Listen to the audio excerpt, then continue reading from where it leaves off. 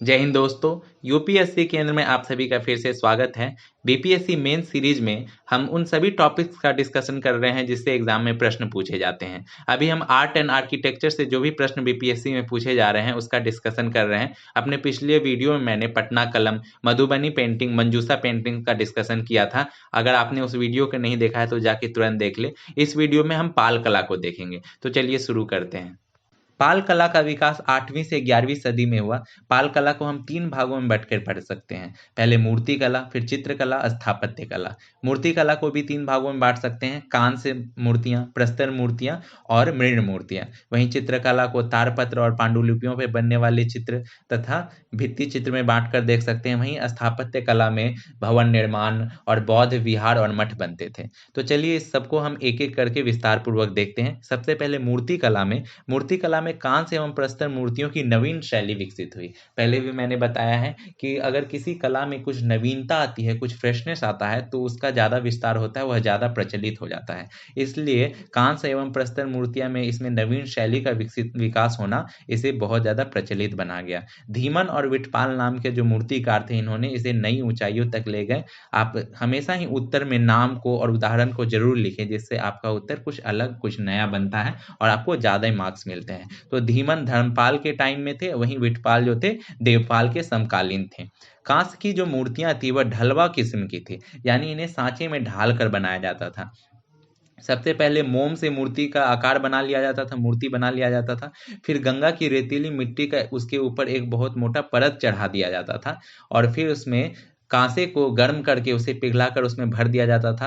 कांसे जब ठंडा होते थे तो मूर्ति का आकार ले लेते थे। इस प्रकार की मूर्तियां मिलती हैं। तो इसे प्रमाण जो है वह नालंदा मंदिर स्थल संख्या 13 से प्राप्त होती है। आप इसे जरूर अपने उत्तर में इस तरह का उदाहरण लिखें। वहां से कांसे की जो है ढालने वाली कुछ सांचे प्राप्त हुए हैं, कुछ औजार प्राप्त हुए हैं। वहीं किस स्थान पे मिलते थे? तो नालंदा, कुकड़ीहार, फतेहपुर, अंतीचक, इमादपुर, बोधगया, राजगीर, भागलपुर, पहाड़पुर जैसे इलाकों में इस प्रकार की कांसे की मूर्तियां प्राप्त की गई है। एक इंपॉर्टेंट हैं कि सबसे विशाल काय कांसे की मूर्ति जो प्राप्त हुई है वह सुल्तानगंज से प्राप्त हुई है। वह बुद्ध की मूर्ति है। उसे बर्मिंघम के संग्रहालय लंदन में संरक्षित करके रखा गया है।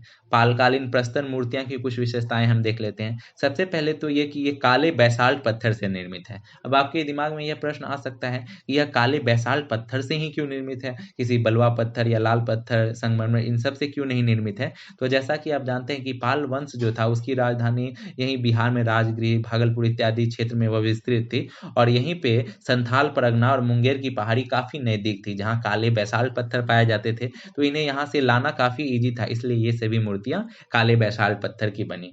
वहीं पे आप अगला और विशेषता देखेंगे तो शरीर के अगले भाग पर मूर्तियों में काफी ज्यादा ध्यान दिया गया है। ये पत्थर की जो मूर्तियां हैं इनके अगले भाग को देखेंगे तो खूब सजाया गया है, खूब संवारा गया है, बहुत सुंदर बनाया गया है। वहीं पिछले भाग पर कुछ ज्यादा विशेष ध्यान नहीं दिया गया है। कुछ एक ही ऐसा उदाहरण आपको देखने को मिलेगा जिसमें कि ऐसा मिलेगा, जैसे कि ये आप चित्र को देखिए।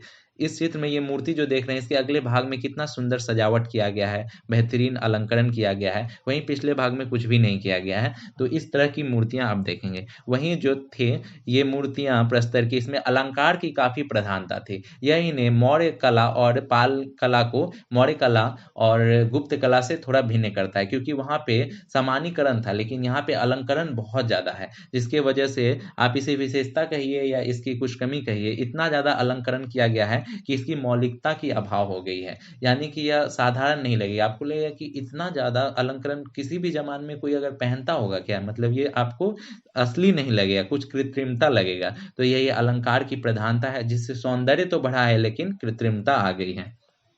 वहीं एक विशेषता यह भी है कि देवी मूर्तियों में मानवीय सौंदर्य को दिखाया गया है। जैसे देवताओं की मूर्तियों में मानव संबंधी जैसे कमनीयता हो गई और इस तरह की उसमें सुंदरता, उरोज वगैरह सब दिखाया गया है। तो ये इसकी एक विशेषता है। वहीं तंत्रयान जो कि बौद्ध धर्म की एक शाखा है उसका इस पे प्रभाव देखने को मिलता है। जो पुरुष की मूर्तियां हैं उसके भी शरीर में नारी सुलभ कमनीयता देखने को आपको मिल जाएगी, जो कि तंत्रयान से ही संभव था। मृण मूर्तियों के बारे में हम देखें तो मृण मूर्तियां क्या होती है? यह मिट्टी को पका के जो मूर्तियां बनाई जाती हैं, जिन्हें टेढ़ा कोटा भी कहा जाता है, उन्हें मृण मूर्तियां कहते हैं। इसे मुख्य रूप से दीवारों पर सजावट के लिए बनाया जाता था। विक्रमशिला के महाविहार के अवशेषों में आप इसका देखने को मिल सकता है आपको। इन मूर्तियों में धार्मिक तथा सामान्य जीवन के दृश्य होते थे, जैसे रहन सहन, खान पान, वेशभूषा, रीति रिवाज इत्यादि आपको ये सभी देखने को मिल जाएगी। इसका जो एक प्रमुख उदाहरण है वो आप जरूर लिखेंगे। एक स्त्री की मूर्ति है जो तख्ते पर बैठी हुई है और वह एक हाथ से आईने में अपने रूप को निहार रही है और दूसरे हाथ से अपने मांग में सिंदूर भर रही है। उसकी चेहरे की लवणता, सुंदरता, उसके उभरे हुए उड़ोज देखने में बहुत ही यह सुंदर लगता है। तो ये मूर्ति का एक अनूठा उदाहरण है, बहुत सुंदर मूर्ति है, तो इसका आप उदाहरण में जरूर लिखेंगे।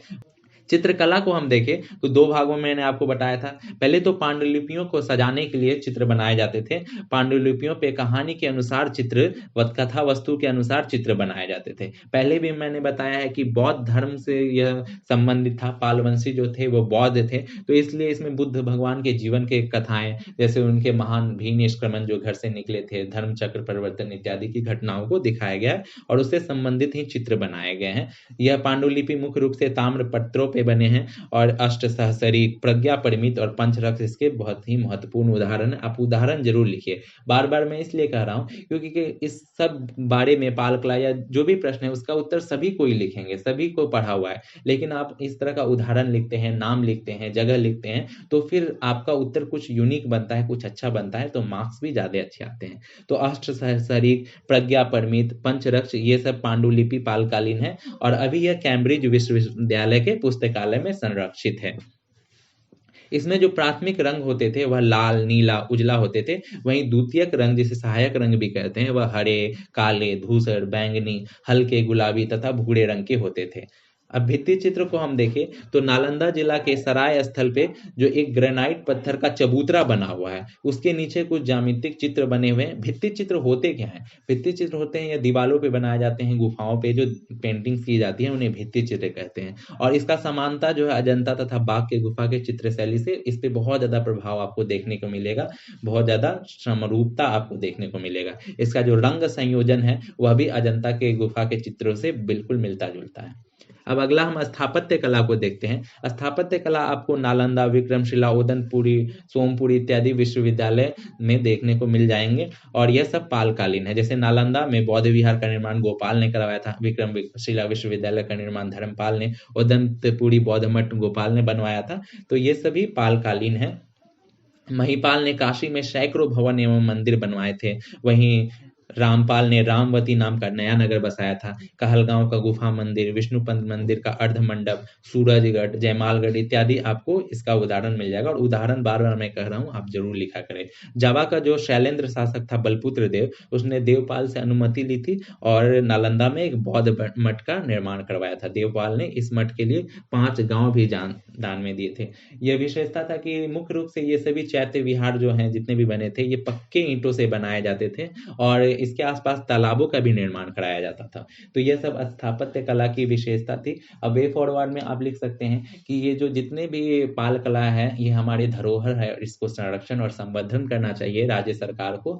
और एक बहुत ही महत्वपूर्ण आप इसमें ये कह सकते हैं कि बच्चे जो होते हैं यह हमारे देश का भविष्य होते हैं, तो उनके पाठ्यक्रम में इसे शामिल करना चाहिए और उन्हें इन सभी जगहों को घुमाना चाहिए, पाल कला से परिचित करवाना चाहिए म्यूजियम वगैरह में। और दूसरे देश में जैसा कि हमने देखा कैम्ब्रिज विश्वविद्यालय हो गया, तो बर्मिंघम हो गया, वहाँ पे जो भी हमारी ये कलाकृति है उन्हें भारत सरकार को वापस हमारे देश में लाना चाहिए। और एक बहुत ही महत्वपूर्ण और कदम उठाना चाहिए जो आप जरूर मेंशन करेंगे, जैसे कि इनसे संबंधित पाल कला से संबंधित एक पर्यटक सर्किट बनाना चाहिए, जिसमें जितने भी क्षेत्र हैं जहाँ पाल कला से संबंधित म्यूजियम वगैरह है उनका एक सर्किट बनाना चाहिए, ट्रेन वगैरह या बस वगैरह उससे चलाना चाहिए, जिससे जो विदेशी पर्यटक हैं वो आसानी से इसे देख सके, जिससे समुचित विकास होगा बिहार का और पर्यटन क्षेत्र में हमारा समुचित विकास होगा। जितना ज्यादा आप कंटेम्परेरी एग्जाम्पल देंगे, बातें लिखेंगे, उतना बढ़िया आपको मार्क्स मिलेगा। तो ये पाल कला को मैंने अच्छे से समझा दिया है।